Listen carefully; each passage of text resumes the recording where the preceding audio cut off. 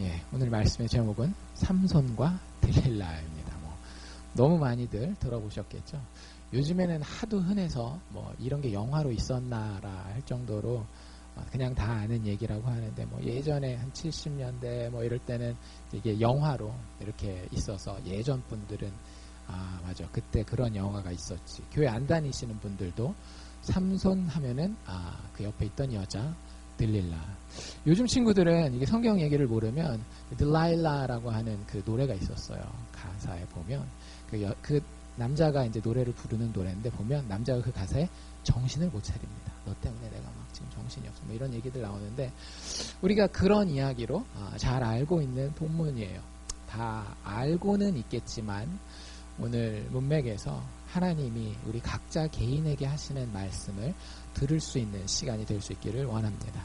우리가 지금 벌써 4주째 삼손에 대해서 이야기를 하고 있죠. 그렇죠? 그래서 첫 번째 주는 이제 삼손 이야기의 개요에 대해서 이야기하면서 삼손이 잘 시작했지만 그 마무리가 참 좋지 않았던 맨 마지막까지 가면서 점점 삼손을 대표하는 중요 단어 중에 하나가 내려간다라고 하는 단어라고 말씀을 드렸죠. 그래서 점점 이렇게 내려가는 그런 인생을 보여주고 있는데요.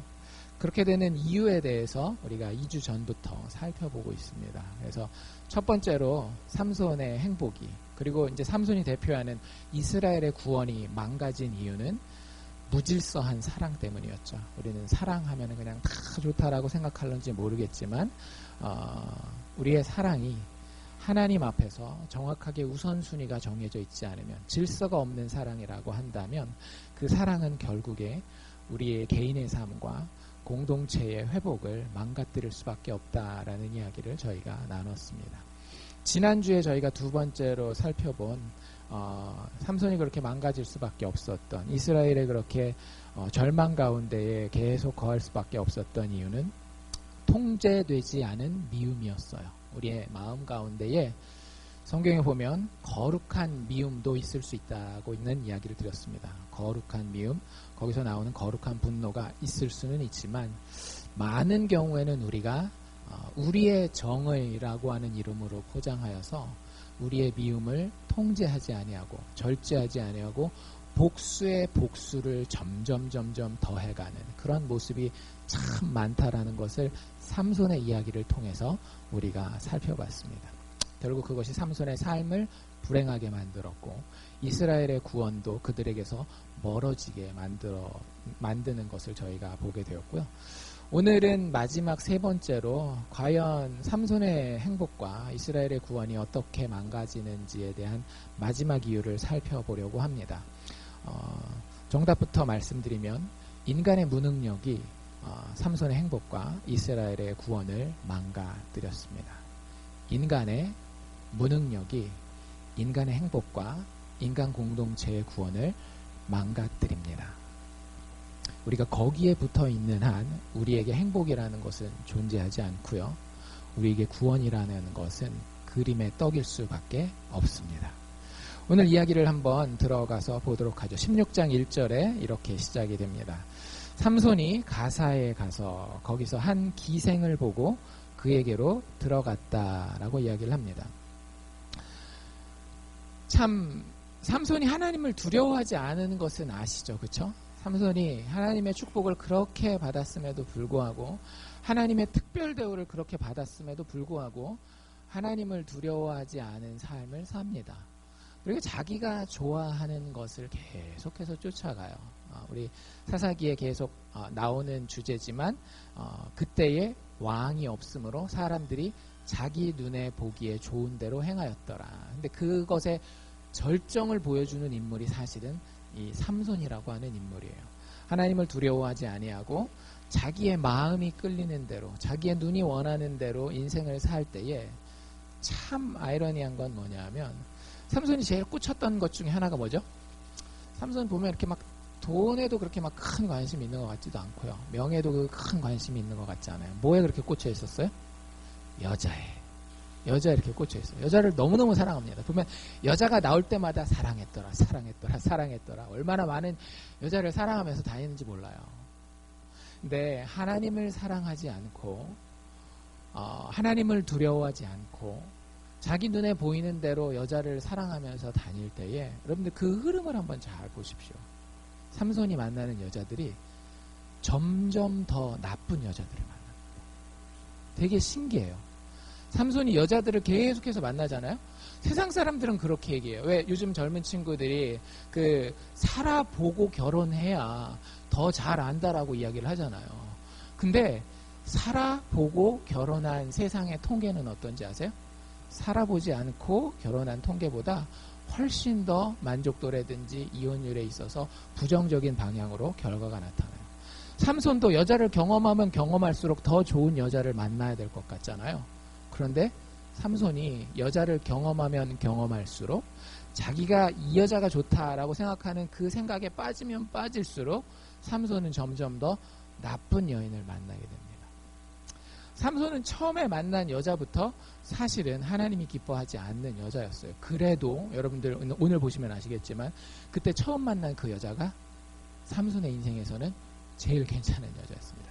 첫 번째 아내 기억하시죠? 그렇죠? 첫 번째 아내. 삼손에게 그렇게 썩 큰 도움을 주지는 못했어요. 이 여자는 자신의 가족의 위협 때문에 결국에는 누구를 배신해요? 자신의 남편이 될 사람이었던 삼손을 배신하게 됩니다. 뭐 어느 정도는 이해가 되죠. 와가지고 니네 가족들 다 죽일 테니까 그게 두려우면 삼손이 뭐 했어요? 퀴즈를 내잖아요. 결혼잔치에서 그 수수께끼를 냈는데 그 수수께끼의 정답을 남편을 괴롭혀가지고 알아가지고 알아. 그러니까 남편을 배신한 거죠. 그렇죠? 그래서 어쩔 수 없는 생명의 위협 때문에 남편을 배반하는 그런 여자를 만났어야 됐던 거예요. 그리고 나서 이제 뭐 여러 여자를 만났겠죠. 보면은 만나는 여자마다 다 좋아하는 것 같아요, 이 삼손은. 근데 어쨌든 두 번째로 이 성경의 이야기에 기록되어 있는 여자가 제가 방금 읽어드린 그 1절에 나와 있는 여자예요. 아까 삼손이 가사라는 지역으로 갔다 그랬죠. 그러니까 삼손은 어디를 찾아갔는가 하면은요, 이 흔히 얘기하는 물이 좋은 곳을 늘 찾아다녔습니다. 예쁜 여자가 많다라는 클럽마다 항상 이렇게 다녔던 거예요. 그러니까 가사라고 하는 동네는 삼손이 원래는 가지 말아야 되는 동네였어요. 왜? 블레셋의 도시였거든요. 근데 거기에 예쁜 여자가 많은 거예요. 가서 여자를 만났는데 어떤 여자를 만났는가 하면 한 기생을 만났다라고 얘기를 합니다. 기생, 흔히 그냥 쉽게 요즘식으로 표현하자면은요, 술집에서 만날 수 있는 여자예요. 때에 따라서 그 남자를 즐겁게 해주기 위해 몸까지 이렇게 줄 수 있는 그런 여자입니다. 근데 여러분들 기생들이 성경에 나와 있는 표현대로라면 이 기생이 한 남자에게 그 남자가 원하는 좋은 것들을 제공해 줄 때 왜 합니까? 정말로 똑같이 사랑해서 삼손은 이 여자를 사랑했었던 것 같아요. 그 여자를 보고 그 여자에게 들어가고 그 여자와 함께하기를 원하고 그랬었던 것 같은데 이 여자는 직업상 삼손을 사랑하는 거예요. 사랑하는 척하는 거죠. 물질 관계에 의해서 나에게 돈을 지불하는 만큼 그 남자를 좋아하는 척 해주는 그런 여자를 만난 거예요. 첫 번째 여자보다 좀 더 안 좋은 거죠. 첫 번째 여자는 어떻게 해서든지 그래도 지켜보려고 했다가 생명의 위협이 있을 때 어쩔 수 없이 그냥 한 번 정도 삼손이 뭐 이렇게 수수께끼 풀어가지고 하는 거니까 남편한테 큰 위협도 안 될 거고 그래도 남편도 지키고 가정도 지키려고 했던 그런 여자라고 한다면 두 번째 만났던 여자는 돈을 위해서는 삼손을 기쁘게 해줄 수 있지만 돈이 공급되지 않는다라고 한다면 얼마든지 삼손을 차버릴 수 있는 그런 여자를 만나게 됩니다. 그래서 삼손의 그 진짜 행복은 이 여자의 관심사가 아니었어요. 그래서 뒤에 2절 3절에 보면 블레셋 사람들이 삼손을 잡으러 올 때 이 여자는 아무것도 안 해요. 이 여자는 아무것도 안 하고 쏙 빠져나갑니다. 그 여자의 얘기가 하나도 안 나와요. 새벽에 블레셋 사람들이 와서 지키고 있다가 삼손을 암살하려고 하거든요. 근데 이 여자는 아무 얘기도 하지 아니하고 아무 행동도 하지 않고 이야기에서 쏙 빠집니다. 삼손만 죽을 위기를 만나요. 그때도 하나님이 지키셔서 삼손에게 힘을 공급하시고 삼손은 자기를 둘러싸고 있는 그 성의 성문을 가서 문짝을 뜯어버리고 그 성문 들고 자기 고향 땅 헤브론 있는 데까지 왔다라는 이야기가 나옵니다. 그러니까 두 번째 만난 기생은 첫 번째 만났던 여자보다 더 좋지 않은 여자였던 거예요. 세 번째 만난 여자는 드디어 누굽니까? 이 들릴라예요. 들릴라는 어떤 여자냐? 첫 번째 아내는 생명의 위협 때문에 어쩔 수 없이 좀 비겁하게 남편을 배반했던 여자. 두 번째 여자는 거래 관계 때문에, 물질 관계 때문에 좋아하는 척만 해주는 그런 여자. 세 번째는 어떤 여자를 만나는가 하면 들릴라는 이런 여자였습니다. 돈을 위해서 적극적으로 삼신을 배신하고 그의 목숨을 그의 대적에게 넘겨주는 여자였어요. 그런 여자랑 살면 여러분들 굉장히 행복하시겠죠. 그런 남자랑 살면 굉장히 행복하시겠죠. 그렇지 않아요. 근데 삼손은요, 정말로 여기 아까 우리가 읽은 4절에 보면 이 들릴라를 사랑하였다라고 얘기를 해요.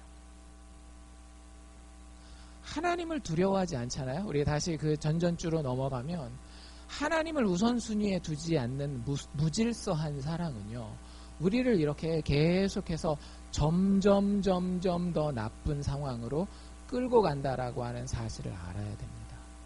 여러분들 왜 그러는지 아세요? 우리가 사는 세상은 그저 우리 눈에 보이는 것이 다가 아니기 때문에 그래요. 여러분들에게는 뭐 좋은 말로 하면 이런 얘기 들어보셨죠? 여러분들에게는 각자에게 수호천사가 있습니다. 맞는 얘기예요. 성경에도 그렇게 기록이 되어 있어요. 하나님께서 천사를 보내셔서 우리를 지키십니다. 그런데 영적인 세계는 그런 한 부분만 있는 게 아니에요. 나머지 한 부분도 있습니다. 여러분들 옆에는 누가 꼭 지키고 있을까요? 악한 영의 세력들이 여러분들을 지키고 있습니다. 세상은, 마귀는 확신을 가지고 있어요. 여러분들 옆에 있는 그 악한 영은요, 여러분들을 향해서 진짜 큰 확신을 가지고 있습니다. 여러분들이 아무리 큰 힘을 가지고 있다 할지라도, 아무리 영적으로 대단한 사람이라 할지라도 여러분들의 그 큰 힘을 제어할 수 있다라고 하는 확신을 가지고 여러분들 옆에 악한 영들이 지금도 붙어 있습니다. 베드로가 여러분들 뭐라고 얘기했는지 기억나세요? 베드로전서 5장 8절에 보면 근신하라, be careful, 정말로 조심하라는 거예요. 깨어라, 잠자지 말고 눈을 부릅뜨고 하나님의 말씀과 하나님의 지혜 가운데 깨어있으라는 거예요. 이유가 뭐예요? 너희 대적 마귀가 우는 사자같이 두루 다니며 삼킬 자를 찾는다라고 하는 거예요. 여러분들, 우리가 그리스도인으로 인생을 살아가는 것은 정말로 깨어 근신해야 되는 삶입니다. 여러분들이 정말로 실수해서 동물원에서 잘못해서 그 사자 울타리 안으로 떨어졌다라고 해보십시오. 거기서 어떻게 하고 사시겠어요? 그냥 다리 쭉 뻗고 내가 살고 싶은 대로 사시겠습니까? 아니면 어떻게 해서든지 살아보고 어떻게 해서든지 저 사자의 소나기에서 벗어나기 위해서 애쓰시겠습니까? 성경은 우리의 삶을 우는 사자 앞에 있는 존재라고 설명하고 있어요. 그런데 많은 현대의 기독교인들은 그냥 기독교 신앙이라고 하는 것은 인생의 편의를 더해주는 부수적인 액세서리라고 생각해요. 절대 그렇지 않습니다. 여러분들 옆에는 우는 사자와 같이 마귀가 여러분들을 집어삼키기 위해서, 여러분들의 궁극적인 행복을 망가뜨리고 여러분들 공동체의 궁극적인 구원을 다 없애버리기 위해서 우리 옆에서 지금도 애쓰고 있다라고 하는 거예요. 그리고 그 악한 존재들은 뭐라고 생각한다라고요? 분명히 여러분들을 넘어뜨릴 수 있다라고 생각해요. 굉장히 큰 자신감을 가지고 있습니다. 그리고 실질적으로 많은 하나님의 백성이라고 일컫는 자들은 넘어져요. 누구를 비롯해서? 삼손을 비롯해서. 그 인생이 얼마나 비극적인지 오늘 한번 보십시오. 삼손을 향해서 이 이스라엘의 대적이었던 블레셋 방백들이 나와요. 5절에 보면 블레셋 사람의 방백들이 그 여인 들릴라에게로 올라왔다. 그리고 그에게 이렇게 말합니다. 삼손을 꾀어서 무엇으로 말미암아 그 큰 힘이 있는지 그거 좀 알아내라. 그러면서 그 뒤에 뭐라고 얘기를 하고 있어요? 우리가 어떻게 하면 그를 이기어서 결박하고 곤고하게 할지 알아보라. 분명히 방법이 있을 거라는 거예요. 들릴라를 이렇게 살살 구워 삶으면서 분명히 삼손이 큰 힘 있는 거 안다. 삼손이 큰 힘을 가진 것은 알지만 그것을 넘어뜨릴 수 있는, 그 큰 힘을 제어할 수 있는 방법이 분명히 있을 테니까 찾아내라는 거예요. 그리고 들릴라를 통해서 찾아냅니다. 여러분들, 두렵고 떨리는 마음으로 그리스도인으로서의 삶을 사실 수 있기를 바랍니다. 마귀는 우리의 가장 약한 부분을 반드시 찾아냅니다. 그게 박약한 의지력이건 돈에 대한 사랑이건 인간에 대한 정이건 나의 포악한 성품이건 반드시 그걸 찾아내요. 그리고 그걸 무너뜨립니다. 삼손에게 마지막 남은 게 하나 있었어요. 삼손은 원래 하나님 앞에 태어나면서부터 구별된 자였죠. 그렇죠? 우리가 그걸 뭐라고 불렀어요? 나시린이라고 불렀습니다. 나시린. 나시린으로서 태어나면서부터 구별된 자였어요. 그래서 하지 말아야 될 게 세 가지 있었습니다. 이제는 좀 기억하시는지 모르겠어요. 첫 번째는 뭐예요? 포도주나 독주를 입에 대지 말라. 그 다음에 죽은 시체를 몸에 대지 말라. 세 번째는 뭐였죠? 삭도를 머리에 대지 말라. 머리 깎지 말아라. 뭐 이런 얘기였어요. 근데 지금 여기 16장 오는 동안에 삼손이님이 두 개를 범했습니다. 그쵸? 시체를 만졌어요. 사자를 죽이고 그 사자의 시체에 꿀이 있는 것을 보고 그 맛있는 걸 먹기 위해서 시체를 자기 맘껏 만집니다. 하나님의 그 구별하심을 전혀 상관하지 아니하고 하나님에 대한 두려움이 없이 자기가 하고 싶은 것에 이끌려서 첫 번째 것을 어기게 돼요. 두 번째는 잔치들에 참여하고 하면서 대부분의 학자들이 동의하는 것이고 뭐 하는 행동들을 보면 거의 분명해요. 독주를 입에 대고 아예 다 알고 사는 것 같아요. 하나 남았어요.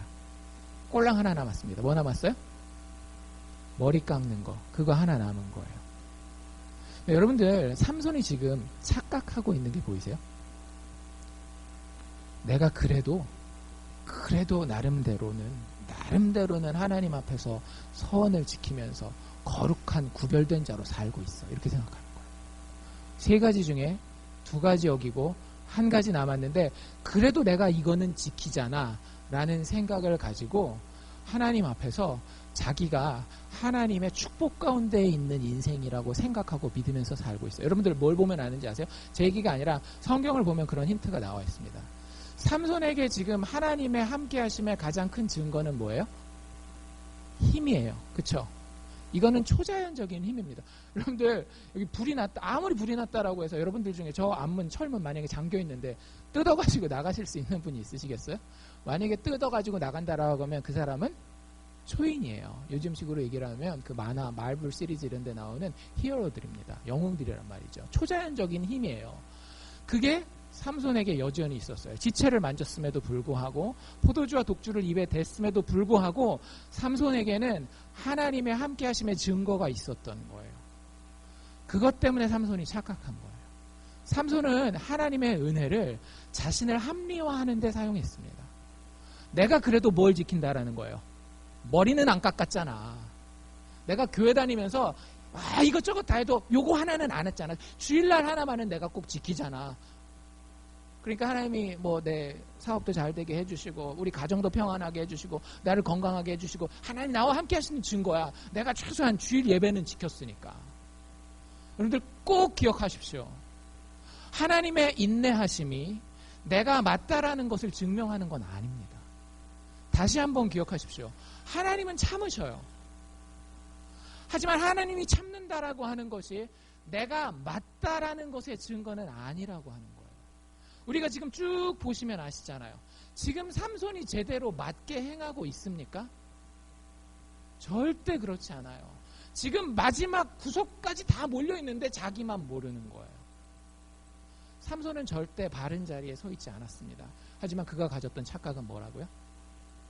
하나님이 여전히 나에게 축복하시는 거 보니까, 나에게서 이 힘을 거두지 않으시는 것을 보니까, 나에게서 이 건강을 거두시지 않는 것을 보니까, 나에게서 이 물질을 거두시지 않는 것을 보니까, 나에게서 이 자존심을 거두시지 않는 것을 보니까 내가 하고 사는 이 모습이 맞는 거구나 라고 착각하고 있었다라고 하는 겁니다. 여러분들 그 착각은요 오래가지 않아 비극적인 결말을 맞이하게 됩니다. 삼손의 이야기가 그 비극적인 결말을 우리에게 너무나 잘 보여주고 있어요. 들릴라라는 이 여자 보통 여자가 아니에요. 보시면 아시겠지만 진짜 보통 여자가 아니에요. 그래서 이 여자로 인하여서 삼손은 마침내는 자신의 마지막 나시린으로서의 구별의 상징까지도 포기하게 됩니다. 이 여자는 지금 뭐가 오른 거예요? 들릴라는 지금 돈독이 올랐습니다. 여러분들이 사람 만나도 사람한테 관심 있는 사람들을 만나야지 사람의 주변 환경에 관심 있는 사람 만나지 마십시오. 이건 남자도 여자도 다 마찬가지예요. 나이가 젊건 나이가 어리건 이건 상관없. 나이가 많건 여러분들 주변의 사람을 만나려면 사람을 소중히 여기는 사람을 만날 수 있어야 돼요. 내가 정말로 인간다운 것을 기뻐해주는, 그래서 내가 인간답지 못할 때는 쓴소리까지 해줄 수 있는 사람을 보는 사람을 만나야 돼요. 여러분들의 외모를 좋아해 준다든지 여러분들의 조건을 좋아해 준다든지 여러분들이 지금 누리고 있는 여러 가지 외적인 것들에 대해서 칭송하고 여러분들 옆에 붙어있는 사람은요 꼭 구별해 내셔야 됩니다. 근데 참 그게 힘들죠. 왜 힘들어요? 우리는 그렇게 생각해요. 그 사람들이 변장을 너무 잘하고 있기 때문이라고 생각해요. 근데 그렇지 않아요. 사실은 우리가 보기 싫어하기 때문에 그렇습니다.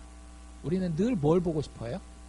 나한테 박수 쳐주는 사람, 나한테 잘하는 것처럼 보이는 사람.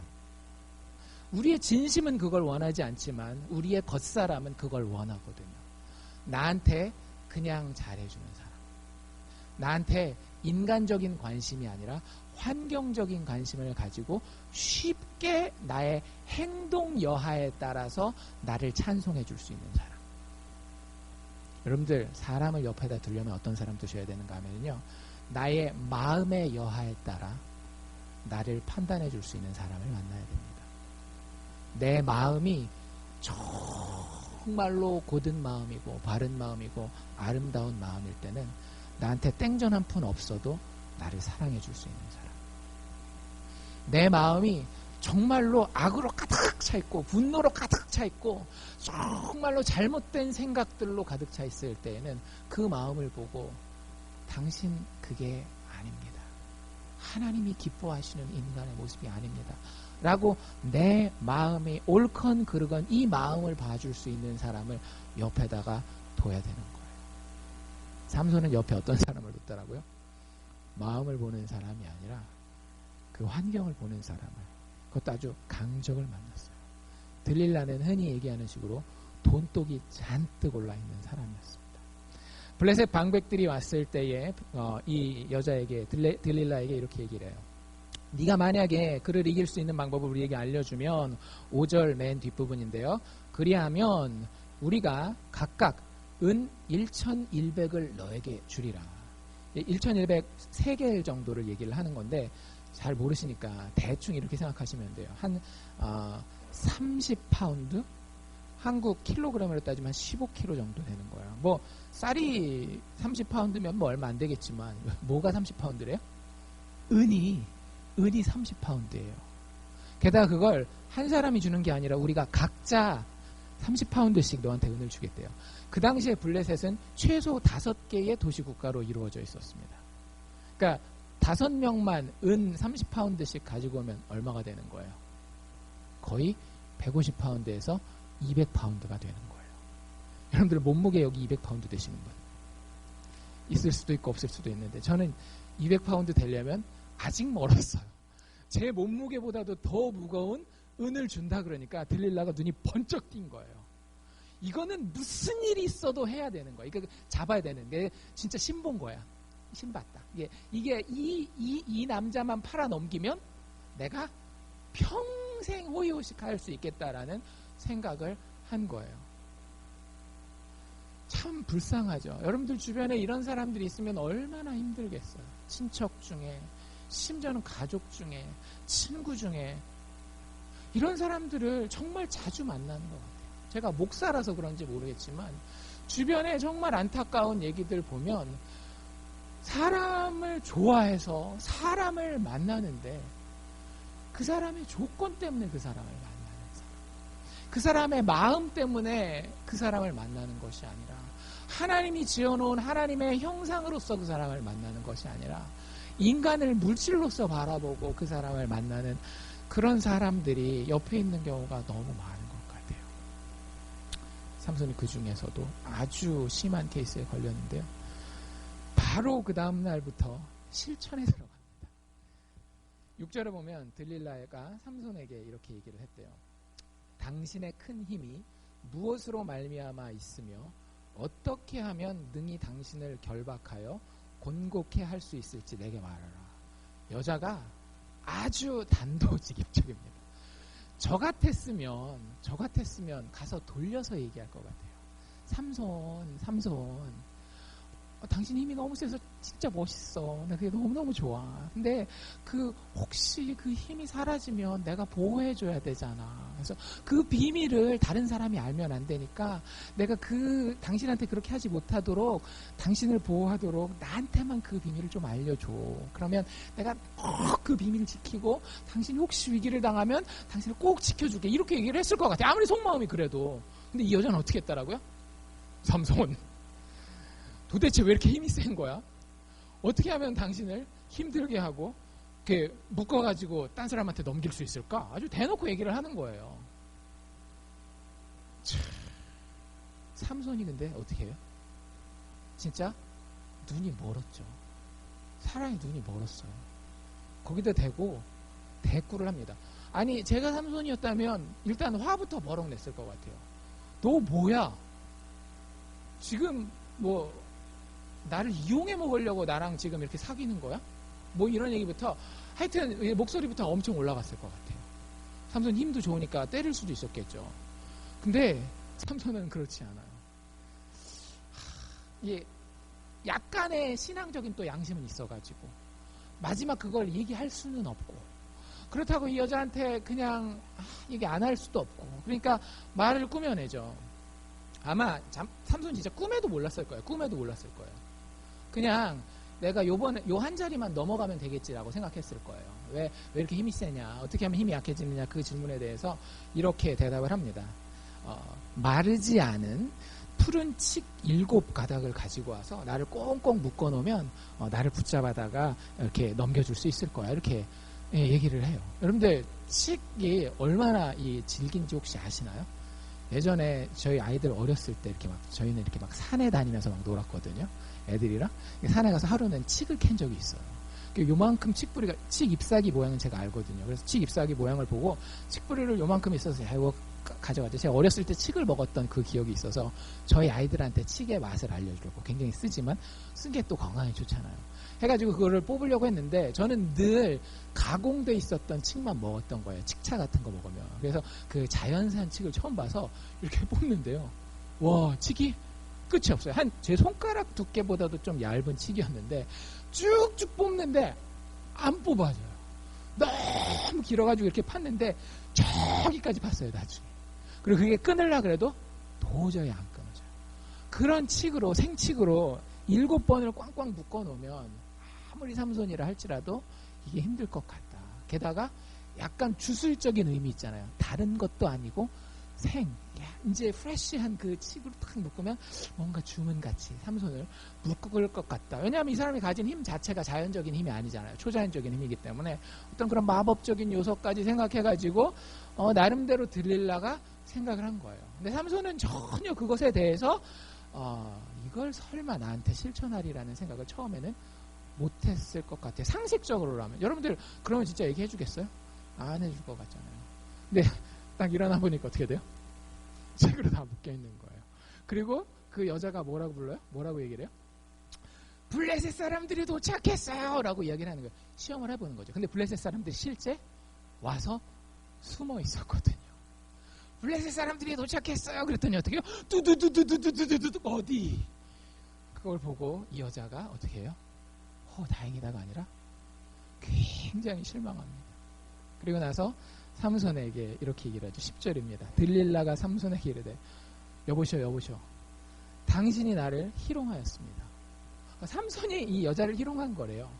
물론 삼손이 거짓말하긴 했지만 참 진짜 적반하장도 유분수지. 삼손 당신이 나를 희롱하여서 나에게 거짓말을 하였습니다. 찔겨요. 근데 굉장히 찔겨요. 그 다음에 바로 뭐라 그래요? 서운하게 한 건 서운하게 한 건데 빨리 목적을 달성합시다. 빨리 목적을 달성합니다. 난 200파운드 은이 지금 필요하니까 빨리 말해봐요. 당신을 결박할 수 있을 방법을, 무엇으로 당신을 꽁꽁 묶을 수 있을지 나한테 얘기를 하십시오. 얘기를 합니다. 상식적이면 답을 해야 돼요? 말아야 돼요? 답을 하지 말아야 돼요. 근데 여러분들 인간의 중독이라고 하는 것은 굉장히 무섭습니다. 제가 여기서 얘기해드리는 중독이라고 하는 것은 단지 약물에 의한 중독만을 이야기를 하는 게 아니에요. 인간은 사람과 상황 그리고 물질에 중독이 됩니다. 그런 것들 아세요? 막 연승을 이어가던 스포츠 팀이요. 그 연승이 딱 끊기면 많은 경우 어떤 일이 벌어지는가 하면 연패가 이어지는 경우가 많아요. 그리고 평생에 한 번도 실패해보지 않았었던 사람이 첫 실패를 크게 하잖아요. 그럼 굉장히 많은 경우에 일어나지 못하는 경우가 되게 많습니다. 왜 그런지 아세요? 승리라고 하는 것도 사람에게는 중독을 가져다 주거든요. 그게 없으면 인간답지가 못한 거예요. 마음이 평안하지 못한 거예요. 여러분들 기억하십시오. 여러분 인생에 패배가 있어도 여러분들은 행복할 수 있습니다. 여러분들 인생에 좀 누구한테 졌고 자존심 상해도 얼마든지 여러분들은 존귀한 사람일 수 있어요. 근데 사람은 상황에 따라서, 환경에 따라서, 주변의 사람에 따라서, 내가 가지고 있는 물질적인 환경에 따라서 거기 중독되는 거예요. 여자에 지금 중독되어 있는 이 삼손에게는 이 여자가 무슨 해코지를 하건 상관없는 거예요. 그 여자랑 같이 있고 싶은 거예요. 그거 아세요? 그 가정폭력에 대한 이야기들을 하잖아요. 가정폭력에서 그 매맞는 아내들이라는 이야기를 우리가 많이 씁니다. 참 신기하게요. 그런 여자들에 대해서 상담하고 이런 이야기들을 보면은요, 그 여자는 어렸을 때부터 항상 자기를 때리는 남자를 사귀었거나 만나고, 결혼하는 순간에도 그런 남자를 만나서 결혼합니다. 상담이 끝나고 다시 남자를 만나는 경우에도 많은 경우에 또 그 사람을 때릴 수 있는 사람을 만나요. 신기하죠? 진짜 진전이 나고 싫어야 되는 거 아니에요? 근데 사람이 한번 익숙해지잖아요? 그러면 빠져나오지를 못해요. 제가 지금 안 좋은 예를 들었지만 좋다라고 여겨지는 것들, 아까 얘기했던 승리 같은 것들도 우리가 거기에 중독되면요, 사실은 제대로 인생을, 나 스스로를 바라볼 수 있는 길이 닫혀요. 삼손이 지금 그 자리에 처해 있는 거예요. 그러니까 여자가 이렇게 얘기를 하는데, 그리고 여러분들 잘 생각해 보세요. 이게 우연일 수 있을까요? 자기가 여자한테 칡 7가닥으로 나를 묶으면 내 힘이 없어질 거야 라고 얘기를 했는데, 우연히 자다가 깨어나다 보니까 이 칡 7가닥이 나를 묶고 있을 확률이 얼마나 될까요? 없죠. 칡 7가닥이 나를 묶는 이유는 당연하게 뭐겠어요? 그 얘기를 들은 그 여자가 나를 묶은 거라는 생각을 해야 돼요. 그 여자 탓이라는 그 합리적인 추론이 있어야 된다라고요. 근데 그게 안 되는 것 같아요. 두 번째로 방법을 또 알려줍니다. 또 약간의 일말의 신앙적인 양심은 있다고. 머리 깎는 얘기는 못해요. 뭐라 그래요? 새 줄 가지고 와서, 새 밧줄 가지고 와서 굵은 튼튼한 걸로 나를 묶으면 내가 힘이 없어질 거야 라고 얘기를 해요. 근데 참 우연도 이런 우연이 없어요. 그 다음날 눈을 딱 떠보니까 어떻게 돼 있어요? 자기가 새 줄로 딱 묶여있네요. 어머, 어떻게 이런 우연이. 우연이 아닌 걸 우리는 다 알죠. 누가 묶어놓은 거예요? 그 여자가 지금 삼손을 묶어놓은 겁니다. 그리고 역시 똑같이 반응하죠. 이 여자가 삼손을 깨우면서 블레셋 사람들이 나타났습니다 라고 이야기를 해요. 그러니까 어떻게 해요? 여기 나와 있는 표현대로라면 그 새 로프를, 밧줄을 실을 끊어버리는 것처럼 똑 끊어버렸다라고 이야기를 합니다. 들릴라 강적이에요. 13절에 다시 들릴라가 이야기합니다. 삼손에게 당신이 이때까지 나를 희롱하여 내게 거짓말을 하였도다. 내가 무엇으로 하면 당신을 결박할 수 있을지 나에게 말하라. 진짜 여러분들 이게 지금 들릴라의 이야기처럼 보일런지 모르겠지만 사실 우리가 아까 이 그림 뒤에 있는 영적인 세계에 대해서 봤어요. 이 여자가 악한 여자이기도 할 수 있어요. 하지만 여러분들 우리 주변에 있는 모든 환경은 누구에 의해 영향을 받을 수 있는가 하면 악한 영이나 선한 영의 영향을 받을 수 있어요. 우리가 선택하는 겁니다. 많은 경우에 악한 영은 우리에게 어쩌면 가장 가까운 사람들, 가장 중요하다라고 여기는 환경들을 통해서 우리의 영적인 부분을 공격할 수 있다라고 하는 거예요. 그것도 굉장히 같은 패턴으로 계속해서 지속적으로. 우리는 뭐라고 생각하는가 하면 한 번, 두 번 내가 넘어가지 않으면 괜찮을 거라고 생각하는데 여러분들 그렇게 생각하지 마세요. 마귀는 뭐라고 생각한다라고요? 그 큰 힘을 제어할 방법이 반드시 있을 거라고 생각한다라고요. 우리가 눈 감고 예수님 만나는 그날까지 우리는 피 흘리기까지 그 악한 마귀와 싸워야 되는 거예요. 삼손이 점점 위험한 곳을 향해서 가게 됩니다. 지금까지는 그냥 사람들이 생각하는 상식적인 방법을 얘기해 주잖아요. 뭘로 묶어라 뭐 이런 얘기를 하잖아요. 세 번째 가서는 뭐라고 대답하셨는지 혹시 아세요? 세 번째 들릴라가 이렇게 물어볼 때는 삼손이 이렇게 대답해요.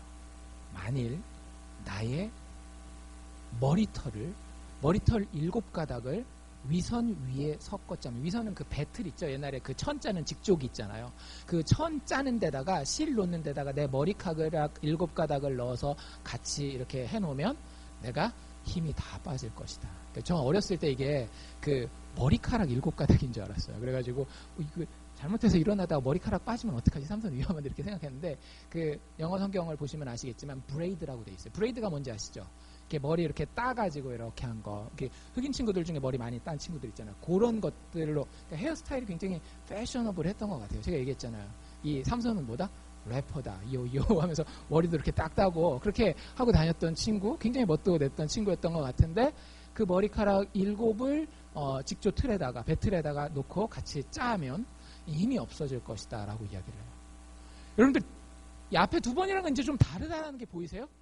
삼손이 서서히 위험한 곳을 향해서 흔들려 가고 있는 거예요. 마귀는 우리를 계속 푸시합니다. 한 번 안 넘어졌다라고 여러분들 안심하시면 안 돼요. 우리가 넘어질 때까지 합니다. 우리는 피 흘리기까지 싸워야 해요. 들릴라는 또 그날 밤에 참 우연히 또 그런 일이 일어나요. 삼손이 자고 딱 일어나 보니까 어떤 일이 벌어져 있어요? 자기 머리가 배틀에 7가닥이 이렇게 가 있는 거예요. 이건 우연이 아닌 거죠. 삼손 눈치채야 돼요. 눈치챘을 거예요. 분명히 이 여자가 나한테 내가 얘기해 준 걸 실천하고 있구나. 그 생각을 하는 게 되게 상식적인 거예요. 블레셋 사람입니다! 라고 얘기를 하니까 삼손이 또 일어나서 팍 하니까 이 꽂아놨던 핀들이 다다다다다 빠지고 딱 일어납니다. 15절에 넘어가면은요. 이렇게 들릴라가 삼손한테 이야기를 해요. 앞에 얘기했던 거랑 조금 다른데요. 진짜 아이러니한 거예요. 진짜 아이러니한 거예요. 여러분들 잘 들어보십시오. 들릴라가 삼손한테 뭐라고 얘기를 하는지. 당신의 마음이 나에게 있지 않습니다. 당신이 마음을 나에게 두지 않으면서 어찌 나를 사랑한다라고 이야기하십니까? 지금 이 여자가 삼손을 사랑해요, 안 해요? 전혀 사랑 안 해요. 자기는 어떻게 해서든지 삼손을 통해서 돈을 버는 게 목적임에도 불구하고 삼손에게 뭘 요구하고 있어요? 참사랑을 요구하고 있어. 당신 마음을 다해서 나를 사랑해야 되는 거 아니야? 여러분들 사실 이거 누가 하고 있는 말이죠? 삼손을 향해서 하나님이 하고 있는 얘기예요. 삼손아, 네가 태어나는 그 순간부터 이렇게 타락해 있는 이 자리까지 나는 여전히 너를 사랑하는데 너는 그 마음을 나에게 두지 아니하고 나를 사랑한다라고 말만 하고 있지는 않니? 삼손은 그 하나님의 음성은 들리지 않는 거예요. 자기 옆에서 정말 들리는 이 자기를 진짜 사랑도 하지 않는 들릴라의 이 들볶음만 들립니다. 여러분들 우리 그러지 않습니까? 하나님이 우리를 너무너무 사랑해 주셔서 자기 생명을 이 땅에 보내주셨어요. 나는 너희의 마음을 원해. 내가 마음을 다하여 목숨을 다하여 너희를 사랑한 것처럼 너희도 나에게 마음을 두고 나를 사랑했으면 좋겠어. 근데 우리는 그 하나님의 음성은 하나도 들리지 않아요. 내 친구들이 나를 얼마나 사랑해 주는지, 돈이 나를 얼마나 사랑해 주는지, 세상의 건강과 명예가 나를 얼마나 사랑해 주는지 거기에만 귀를 기울여요. 그 돈이 여러분들한테 그런 소리 막 들리시죠? 왜 나를 더 사랑 안 해줘? 왜 나를 좀 더 안 벌어줘? 좀 더 벌어가. 내 돈 더 벌어가. 나를 더 사랑해줘. 여러분들 주변에 있는 친구들이 그러지 않나요? 나를 좀 더 사랑해줘. 나랑 같이 식사도 좀 하고, 나랑 같이 좀 나쁜 일도 하고, 나를 더 사랑해줘. 나에게 마음을 줘. 우리는 그거에 귀가 막 끌려가지고 막 질질질질 끌려가요. 여러분들, 하나님이 우리에게 들려주시는 그 음성을 들으셔야 돼요. 삼손이 이런 의미에서 무능력했던 겁니다. 삼손은 주변인의 등살과 환경의 영향을 이겨낼 수 있는 능력이 없었어요. 여러분들, 인간의 진짜 힘은 어디서 나오죠? 육체의 힘에서 나오지 않아요. 인간의 진짜 힘은요, 마음에서 나옵니다. 그러니까 옛 어르신들이 한 말이 하나도 틀린 게 없다라니까요. 한국 속담에 뭐 있어요? 호랑이 굴에 물려가도 정신만 바싹 차리면 산다라고 얘기를 하잖아요. 우리가 어떤 마음을 가지느냐에 따라서 백만장자라도 불행할 수 있고요.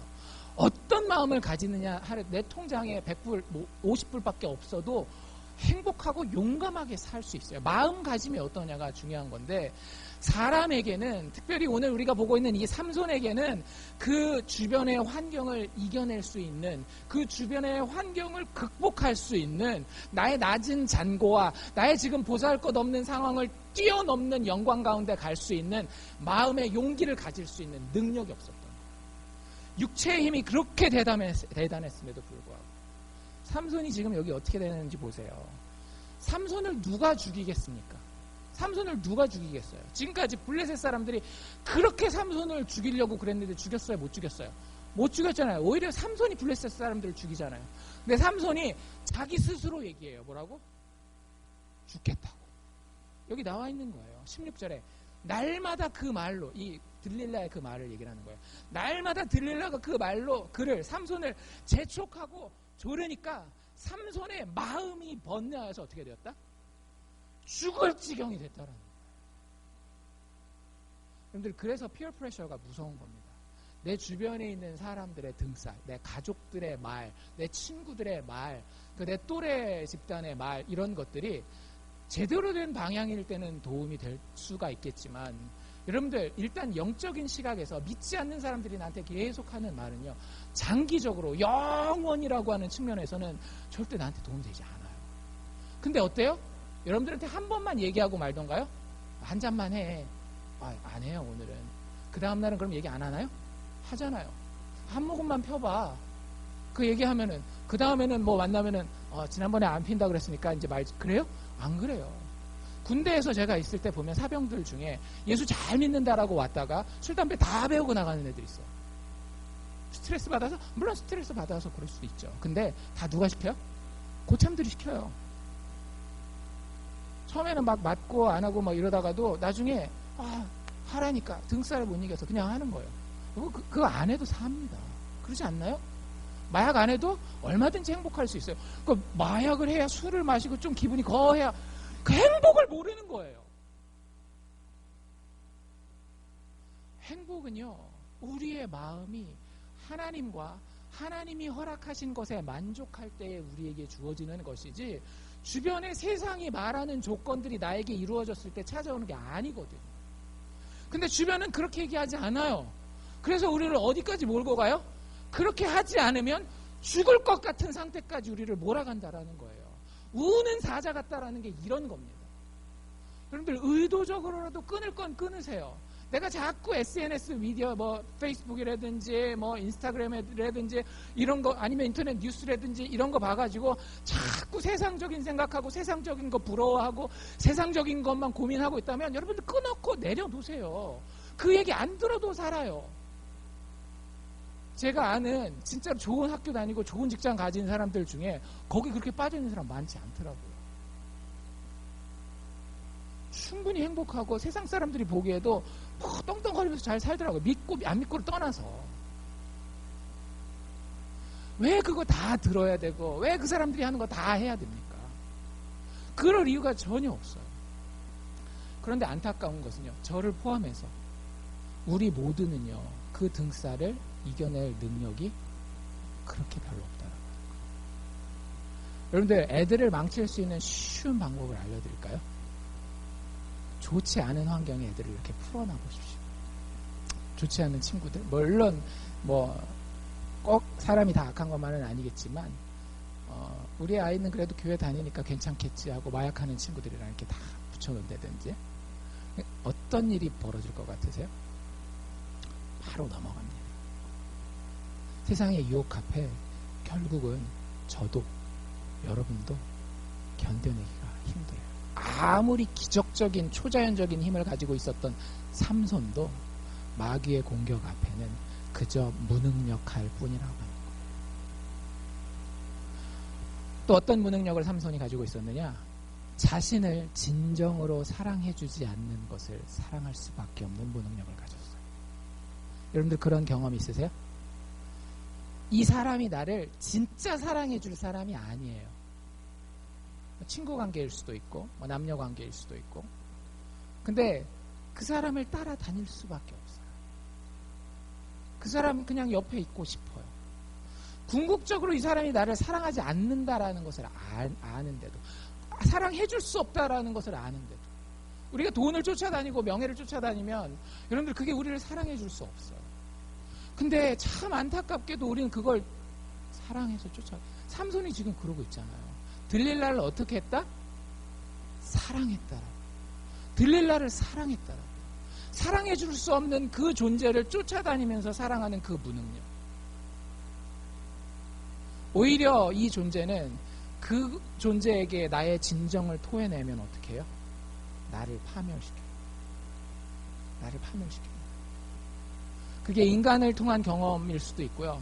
물질을 통한 경험일 수도 있지만, 여러분들, 우리는 나를 파멸시킬 그것을 사랑하는 무능력 가운데 빠져있는 존재들이에요. 삼손이 그 멸망을 향해서 다가갑니다. 자기 마음이 번뇌하여서 죽을 지경이 되니까 17절에 삼손이 드디어 진정을 토하였다라고 얘기합니다. 진짜 자기 속에 있는 것들 갖다가 있는 그대로 다 내놓는 거예요. 뭐라고 얘기를 해요? 내 머리에 삭도를 대지 아니하였다. 내 평생에 내가 머리 깎은 적이 없다. 이유가 있다라는 거예요. 그 이유가 뭐예요? 내가 모태에서부터, 어머니 뱃속에서부터 하나님의 거룩하게 구별받은 나실인이 되었습니다. 자기가 머리 꺾지 않은 이유가 분명히 삼손에게는 알려져 있었어요. 하나님을 위해서, 하나님의 영광을 위해서, 그리고 하나님의 백성의 구원을 위해서 내가 머리 깎지 않는다라고 하는 그 기준을 가지고 있었던 거예요. 그런데 그것을 자기의 마음이 괴로워서 자기를 파멸시킬 이 여자에게, 상식적으로 삼손이 지금 무슨 얘기를 하던지 간에 그 다음날 삼손에게 그 일이 일어날까요? 안 일어날까요? 일어나요. 3번이나 그런 일이 일어났다라고 하는 것은 그 다음번에도 반드시 똑같은 일이 일어난다라고 하는 이야기예요. 근데도 삼손은 이야기를 합니다. 만일 내 머리가 밀리우면 내 힘이 나에게서 떠나고 내가 약하여져서 다른 사람과 같으리라 이야기를 합니다. 어떤 일이 벌어져요? 일어나 봤더니 머리가 쫙 깎아져 있네요. 결국에 삼손은 그 힘을 잃어버리고 맙니다.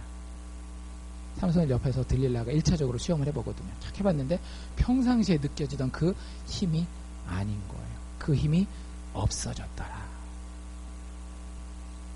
그리고 나서 들릴라가 삼손한테 이제 본격적으로 게임을 하죠. 블레셋 사람이 당신에게 미쳤나이다. 삼손이 잠에서 벌떡 깹니다. 그리고 삼손이 뭐라고 얘기하는지 잘 들어보십시오. 우리가 이렇게 얘기할 때가 너무 많아요. 우리가 이렇게 얘기할 때가 너무 많아요. 삼손이 뭐라고 얘기를 하는가 하면, 잠에서 벌떡 깨면서 내가 전과 같이 나가서 몸을 떨치리라. 지금 잠에서 일어나는 순간 뭘 인식해야 돼요? 머리 깎인 게 인식돼야 돼요. 이미 잠들기 전에 인식을 했어야 됩니다. 왜냐하면 지금까지 계속 그랬으니까. 자기가 얘기한 건 그 다음날 되면 나한테 다 돼 있었던 거니까. 내가 오늘 이거 머리 깎으라는 얘기를 하면 내일 아침에는 분명히 머리가 깎여 있다라는 걸 자기 전부터 알고 있었을 것이고, 일어나는 순간 제일 먼저 느끼는 것이 자기 머리가 사라지는 것, 머리카락이 사라지는 것이어야 돼요. 근데 삼손이 뭐라고 얘기를 했더라고요? 내가 이전과 같다 다르다? 이전과 똑같다는 거야. 전과 같이 똑같이 힘있게 나가서 나의 몸을 떨치고 나의 그 힘으로 블레셋 사람들을 멸망시키리라 라고 이야기를 하고 있어요. 여러분들, 이게 우리의 착각입니다. 뒤에 뭐라고 얘기하는지 아세요? 여호와께서 이미 자기를 떠나신 줄을 깨닫지 못하였더라. 하나님 앞에서 우리가 그리스도인으로서 구별됨을 포기한 결과 참 비참합니다.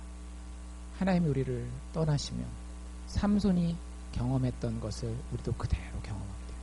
삼손이 어떻게 됩니까? 블레셋 사람들에게 붙잡혀서 두 눈이 뽑힌 채로 짐승처럼 노동만 하는 노예의 삶을 삽니다. 끝이에요. 그게 삼손의 인생의 끝이에요. 뭐 뒤에 뭐 조금 있긴 하지만 사실 삼손 개인으로 봐서는 그게 그의 인생의 끝이었어요. 여러분들, 정말로 하나님의 존귀한 선택받은 그리스도인, 하나님의 자녀라는 것, 신의 아들이요 신의 딸이라는 것을 믿으십니까? 그럼 하나님이 여러분들을 거룩하게 구별하신 그 구별하심을, 믿음 안에 구별된 그 구별함을 쉽게 버리지 마십시오. 그 구별함을 포기한 삼손은 두 눈이 뽑힌 채로 짐승처럼 노동만 하다가 그 인생을 마무리해야 됐어요. 설마 그런 일이 우리한테 일어나겠어요? 예, 일어납니다. 여러분들의 육체의 두 눈은 안 뽑힐런지 몰라요. 그런데 여러분들의 영혼의 두 눈은 캄캄하게 되어서 내가 어디서 왔고 지금 어디에 있으며 어디로 갈런지 아무것도 보지 못한 채로 눈 뽑힌 인생을 살게 돼요. 그리고 살면서 어때요? 여러분들 열심히 일하죠. 짐승처럼 일하지 않습니까? 내가 진짜 좋아서 하는 일도 있지만 많은 경우에는 사회 구조가, 경제적인 니드가 나로 하여금 짐승처럼 일하게 하지 않나요? 정말 하나님이 나를 인간으로 만드셔서 하나님의 아름다운 영광이, 하나님의 형상이 드러나게 했던 그 인생의 목표를 여러분들이 맛보면서 즐거움과 만족 가운데 살고 있나요? 노예처럼, 짐승처럼 열심히 노력하고 고생은 하지만 우리는 그 가운데 죽어갈 뿐이라고 하는 거예요. 여러분들, 삼손의 이야기에서 보듯이 여호와께서 떠나면 우리는 아무것도 아닙니다. 여러분들이 얼마나 큰 사업체를 가지셨건, 얼마나 행복한 가정을 가지셨건, 얼마나 건강한 몸을 가지셨건, 여호와께서 여러분들을 떠나시면, 여호와께서 저를 떠나시면 우리 인생은 진짜 아무것도 아니에요. 지난주에 저희 그 교회 한 분이 병원에 입원하셔서 가서 병원 이야기를 이렇게 들으면서, 야, 진짜 인생 한 방이구나. 여러분들, 우리가 건강한 거, 똑똑한 거, 굉장히 능력 있어 보이는 거 다 하나님의 붙드심 때문에 그게 가능한 거예요. 내가 하나님을 떠나고 내가 하나님을 거절했기 때문에 하나님이 눈물을 흘리시면서 우리의 인생에서 떠나게 되시면은요, 우리 인생은 아무것도 아닌 거예요. 우리는 그렇게 무능력한 존재들입니다. 숨 하나도 여러분들 기계의 도움 없이는 쉴 수 없는 게 우리 인간이라는 걸 아셔야 해요. 내가 지금 숨 쉴 수 있다고 해서 이 숨 쉬는 능력이 내 것이고 나에게서 왔고 내가 영원히 가지고 있을 것이라고 생각하지 마세요. 여호와께서 떠나시면 아무것도 아닌 무능력자가 우리 인간들입니다. 삼손의 이야기는요, 결론적으로 인간은 스스로 구원할 능력이 없는 존재라고 하는 것을 우리에게 이야기해주고 있습니다. 여러분들 인생에서 행복하고 싶다라고 늘 이야기하시잖아요. 여러분들이 속해 있는 공동체가 구원받은 공동체, 회복을 축하하는, 늘 성장하는 공동체, 그게 가족이 되건 교회가 되건 그런 공동체가 되기 원한다라고 여러분들 소원을 말하시잖아요. 그런데 여러분들이 구원자가 되었을 때, 아니면 여러분들 주변에 어떤 인간이 구원자가 되었을 때에 여러분들, 거기는 지옥과 진노가 없습니다. 왜냐하면 우리는 무능력자들이기 때문에. 삼손의 이야기의 마지막만, 사실 마지막은 거의 에필로그 같은 거예요. 삼손의 인생은 그냥 이렇게 비참하게 끝나요. 삼손의 사사시대는요, 참 별 볼 일 없이 끝납니다. 근데 마지막에 에필로그 같이 붙는 이야기가 우리가 잘 알고 있는 이야기예요. 어떤 이야기예요? 블레셋 사람들이 기분이 너무 좋았습니다. 왜요? 자기들의 원수 삼손을 잡아서 눈 빼고 노예처럼 짐승처럼 일시키니까. 이게 마귀가 가지는 기쁨인 거예요. 그래서 자기들이 자기 신 다곤이라고 하는 신에게 제사를 드릴 때 삼손을 그 지하 감옥에서 불러냅니다. 그리고 자기들 앞에서 광대짓을 하게 해요. 창피를 주면서 그걸 보고 껄껄껄껄 웃으면서 삼손의 비참함을 즐기는 거예요. 삼손이 비로소 거기에서 기도합니다. 삼손은 구원받은 사람이거든요. 여러분들 이건 분명히 해놓으십시오. 삼손은 구원받은 사람입니다. 우리가 히브리서에 가보면 알아요. 삼손은 구원받은 사람인데 인생의 많은 부분이 정말로 자신의 실수와 어려움 때문에 굉장히 힘든 시간을 보내요. 근데 그의 인생을 마지막으로 회복시켜주는 첫 단추가 무엇인가 하면 기도라고 하는 거예요. 여러분들 삶에 기도에 무릎이 있습니까? 울부짖는 기도가 정말 있습니까? 제가 보면 많은 분들이 세상을 향해서 너무 살기 힘들다고 세상을 향해서는 진짜 부르짖어요. 술 마시고 친구들한테는 엄청 부르짖어요. 근데 하나님 앞에는 절대 무릎 꿇지 않아요. 무릎 꿇는 흉내는 좀 내는 것 같아요. 제가 보니까. 근데 저희 교회 또 예외가 아닙니다. 무릎 꿇는 사람이 흔치 않아요. 그게 그렇게 힘들면, 그리고 내가 정말로 하나님 믿는다라고 하면 왜 하나님 앞에 무릎 꿇지 않습니까? 하나님은 무릎 꿇는 그곳에 하나님의 회복과 하나님의 구원의 역사를 시작하십니다. 이렇게 부족한 삼손을 통해서 하나님이 이스라엘 백성을 구원하기로 작정하세요. 그것이 삼손의 기도에서 시작된다라고 하는 거예요. 삼손이 이렇게 기도하죠. 주 여호와여 구하옵나니 나를 생각하옵소서. 나를 불쌍히 여겨주시옵소서. 하나님이여 구하옵나니 이번만 나를 강하게 하여 주옵소서. 블레셋 사람들에게 단번에 원수를 갚게 하여 주옵소서. 하나님이 그 기도를 삼손에게 아무 자랑할 것이 없었음에도 불구하고 들어주신다라고 하는 거예요. 삼손이 더 이상 자기 목숨에도 미련이 없었어요. 내가 죽어도 좋습니다. 근데 하나님의 뜻을 알겠습니다. 하나님의 뜻은 나를 사용하셔서 하나님의 백성의 원수된 블레셋을 무찌르는 것이오니, 내 백성의 원수가 내 두 눈을 뺀 나의 원수이오니, 하나님 더 이상 내가 인간의 육체적인 목숨에 진짜로 거지처럼 빌빌거리면서 그렇게 구하지 아니하고 그 목숨을 버려서라도 하나님의 사명을 성취하는 자 되기를 원합니다. 하나님의 백성의 원수를 나의 죽음을 통하여 갚게 하옵소서라고 이야기를 해요. 그리고 옆에 있는 시종들에게 부탁해서 보지도 못하니까 기둥 둘에다가 자기 팔을 붙이게 합니다. 잘 알고 있는 대로 어떻게 돼요? 하나님 앞에 마지막으로 한 번 더 부르짖죠. 뭐라고 이야기를 합니까? 30절에 보면 블레셋 사람과 함께 죽기를 원하노라. 하나님의 백성을 구하기 위해서는 내가 목숨을 버려 하나님의 사명을 감당하겠노라 라고 기둥을 무너뜨리고 거기에 모여있는 모든 사람들이 다 죽게 만듭니다. 한 3,000명 정도 있었다라고 성경을 보시면 나와 있어요. 그리고 이 죽음에 대해서 사사기 기자는 뭐라고 이야기를 하는가 하면, 삼손이 이렇게 기도하고 하나님 앞에서 자신이 죽을 때 죽인 블레셋 사람들의 수가 자기가 살아서 잘난 척하고 돌아다니면서 힘자랑하면서 죽였던 블레셋 사람들의 수보다 더 많았다라고 이야기를 합니다. 여러분들, 삼손은 본인의 생명의 마지막에 간신히 초라하게 자신과 하나님의 백성들의 구원에 대한 사명을 감당했습니다. 여러분들한테 걱정하지 마십시오.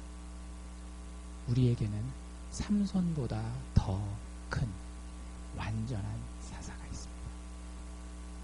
삼손이 죽음으로 하나님의 백성들을 구원했던 것처럼 삼손이 죽은 지 수백 년, 1000년이 넘는 시간이 지나서 죽음으로 하나님의 백성들을 구원하실 분이 오셨어요.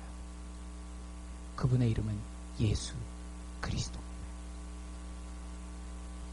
하나님의 백성의 구원은 그냥 이루어지는 게 아니에요. 하나님의 구원자가 죄인들을 위해서 죽어줄 때에만 가능한 것입니다. 우리가 너무너무 무능력하기 때문에 우리한테 단지 설명서를 설명해줘서 이렇게 인생을 살면 인생을 행복하게 잘 살 수 있어요 라고 아무리 설명해줘도 우리는 그 설명서를 보고도 인생을 행복하게 살 수 없는 무능력자들이에요. 그렇기 때문에 우리의 무능력 가운데 능력을 더하시기 위해서는 하나님의 구원자가 우리를 위하여 생명을 바쳐 죽어야 했습니다. 마치 삼손이 그랬었던 거죠. 그런데 삼손의 그 구원은 너무나 초라했어요. 하지만 예수 그리스도를 통한 구원은 전혀 달랐습니다. 삼손은 자기를 생각하는 구원이었죠. 삼손이 어떻게 기도했다라고요? 하나님 제발 나를 불쌍히 여겨주십시오. 나를 생각해 주십시오라고 이야기했지만 예수님은 자신을 버리고 자신을 아끼지 아니하고 죄인들을 바라보며 그리고 하나님 아버지의 뜻을 바라보는 정말로 이타적인 아낌없이 자신을 다 드리는 그런 구원이었다라고 하는 거예요. 삼손은 자신의 강함에 호소하는 구원이었습니다.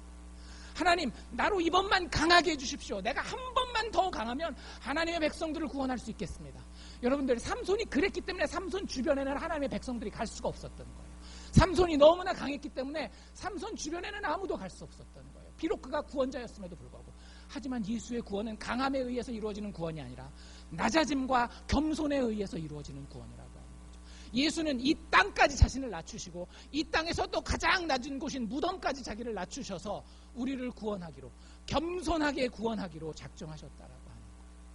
삼손이 나의 원수를 갚기를 원합니다 라고 복수심에 불타서 절제할 수 없는 통제되지 아니한 미움 가운데에 하나님의 백성들을 구원의 길로 인도했다라고 한다면 예수 그리스도는 주여 자신을 죽이는 그 사람들을 향하여도 저들이 무엇을 하는지 알지 못하나이다. 저들의 죄를 용서하옵소서. 우리가 하나님의 이름을 모욕하고 우리가 하나님의 원하시는 사랑대로 살지 못할 때에도 예수 그리스도는 우리를 향하여서 하나님 이 죄인들 사랑하여 주십시오. 우리를 향하여 원수 갚는 것이 아니라 우리가 그의 뺨을 때렸을 때 그의 뺨을 다시 대면서 하나님 이 사람들 그래도 불쌍하지 않습니까? 살려주셔야 되지 않겠습니까? 예수는 우리를 그렇게 구원하셨다라고 합니다. 삼손의 구원은요 꼴랑 3,000명 5,000명 죽이고 끝나는 구원이었어요. 하지만 예수 그리스도의 구원은 우리의 모든 대적을 다 없이 하는 우리의 가장 큰 대적인 우리의 못된 죄의 습관과 우리의 죽음의 문제를 전부 다 처단하고 없애버리는 강력한 구원이었습니다. 삼손의 구원은 불과 20년 지속하는 구원이었지만 예수 그리스도의 구원은 여러분들의 지금 생애뿐만 아니라 영원한 생명까지 우리에게 보장하시는 강력한 구원이라고 하는 사실을 기억하실 수 있기를 바랍니다.